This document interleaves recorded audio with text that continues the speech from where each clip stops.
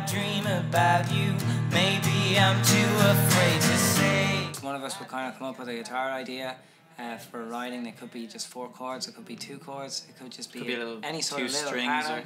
or detuning guitars just for a little bit of something different as well. But yeah, I'd usually have something maybe quite chuggy, more of the rhythm sort of part, and then I'd do this sort of more delicate lead sort of harmony line over, which then kind of inspires melodies for words and lyrics and stuff. So on a guitar level, that's kind of how it will go. Is that we try to make each part kind of complement each other between the guitars, be it like a fingerpicky part or you know, quite a heavy use of plectrum or anything like that. It's we just try and make them complement each other, I suppose. Like, he's really good at just like on the spot, just coming up with some genius melody that he just accidentally does.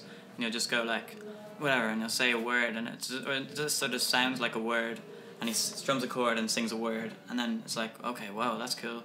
And I mean, most of our songs just I'll do a harmony to it. Yeah, they come from jamming really. Just if I be playing something, he'd play something, and then just start singing, and then we don't really approach it like, okay, today we're gonna write a song.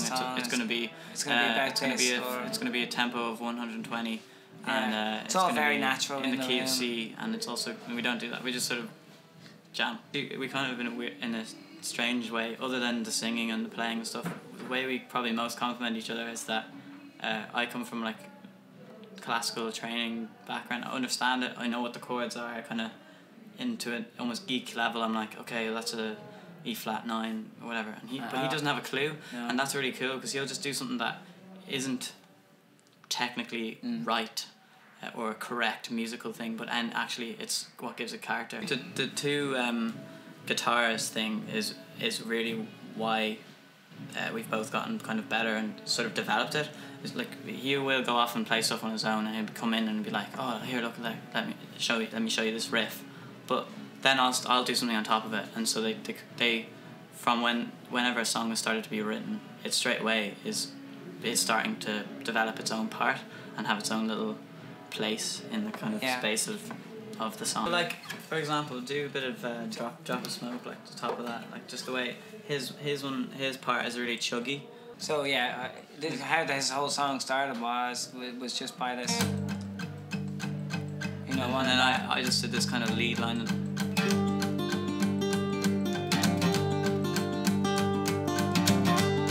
just kind of building up the dynamics a bit louder.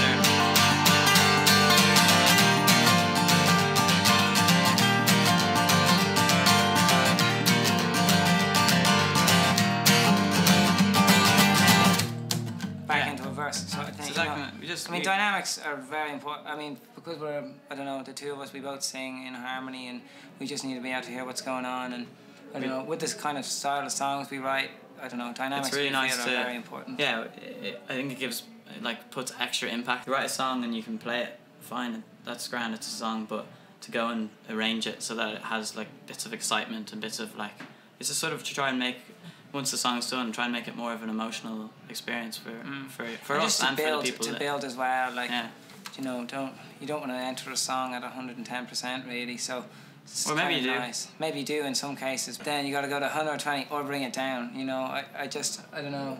I think we learned a lot. We love the lows and highs basically. It's really nice. Yeah. It's quite good, the ELIXIR Strings, because they have the ability to be able to thrash them out, but then you can also play things that are really delicate and it sounds really good.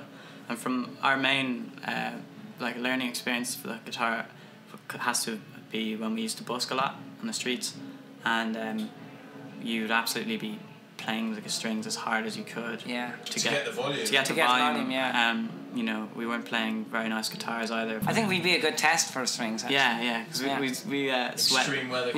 We sweat profusely, and we play in the rain, or at least we used to a lot more than we do now, but we definitely used to busk from 4 in the afternoon until 3 in the morning in cold weather, hot weather, whatever. Wow. And the guitars that we were playing definitely got weathered. You know, every 4 months or something or whatever, just go and get a new set of strings. And it's better than some other string brands anyway for busking.